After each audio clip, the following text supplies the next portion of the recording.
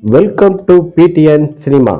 Captain Vijayakanth அவர்களை பற்றி அற்புதமான விஷயங்களை தெரிந்து கொள்வோம். கேப்டன் விஜயகாந்த் அவர்களை பற்றி நடிகர் ரேகா அவர்கள் அற்புதமாக கூறியுள்ளார்கள். நான் அவரு கூட நிறைய படங்கள் பண்ணியிருக்கிறேன். ஒன்றரை பர்சன் ஃபர்ஸ்ட் என்னன்னா, அவரை பொறுத்த வரைக்கும் ஷூட்டிங் ஸ்பாட்ல எல்லாருக்குமே நல்லா ஹெல்ப் பண்ணுவாரு. சாப்பாடு விஷயத்த அவர் அடிச்சுக்க முடியாது. அது மாதிரி லேடிஸ்க்கு பக்கம் பாதுகாப்பா இருக்கக்கூடியவர் கேப்டன் விஜயகாந்த் அவர் தான்.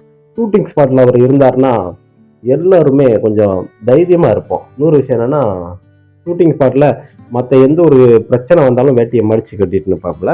இன்னொரு விஷயம் இப்ப சொல்றீங்க, இப்ப அவர் வந்து ஹாஸ்பிட்டல்ல இருந்து வீட்டுக்கு வந்திருக்கிறாரு. வந்து 2, 3 நாள்ல அந்த கட்சி கூட்டத்துக்கு வந்தாரு. இது தவறா நல்ல சரியா என்று கேட்டபோது, ஒரு விதத்துல பார்க்கும்போது அவர் உடல் ஆரோக்கியத்த தான் பார்க்க வேண்டும். இல்லன்னா இப்ப வெளியில காட்டலன்னா, என்ன அவர வெளியில காட்டல எங்க தலைவர் அப்படின்னு சொல்லி தப்பா வதந்திகள்லாம் வருது. அந்த நேரத்துல வெளியில காட்டுறத பத்தி ஒண்ணும் பிரச்சனை கிடையாது. இன்னொரு விஷயம் என்னன்னா, அவரை பொறுத்த வரைக்கும் உடல் ஆரோக்கியமா வீட்டுல ஓய்வு பெற வேண்டும். அதுதான் இப்ப ரொம்ப முக்கியம். இன்னொரு விஷயம், அவர் கூட நான் படம் பண்ணும்போதுதான் ஒரு குட் பர்சனல், ஒரு நல்ல ஒரு நைஸ் பர்சனல். அவரை மாதிரி வேற யாரும் இருக்க முடியாது.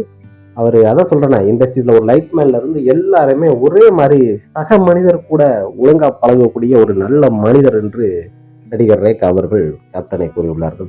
இன்னொரு விஷயம் என்னன்னா, அவரை பொறுத்த வரைக்கும் உட்கார்ந்து பேசும்போது ஷூட்டிங் ஸ்பாட்ல எந்த ஒரு விஷயமா இருந்தாலும் நல்லா கலகலன்னு சிரிச்சு பேசக்கூடியவர்.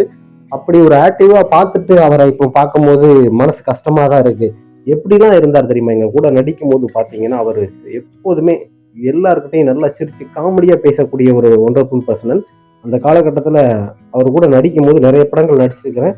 எனக்கு அவரு கூட ரொம்ப பிடிக்கும்.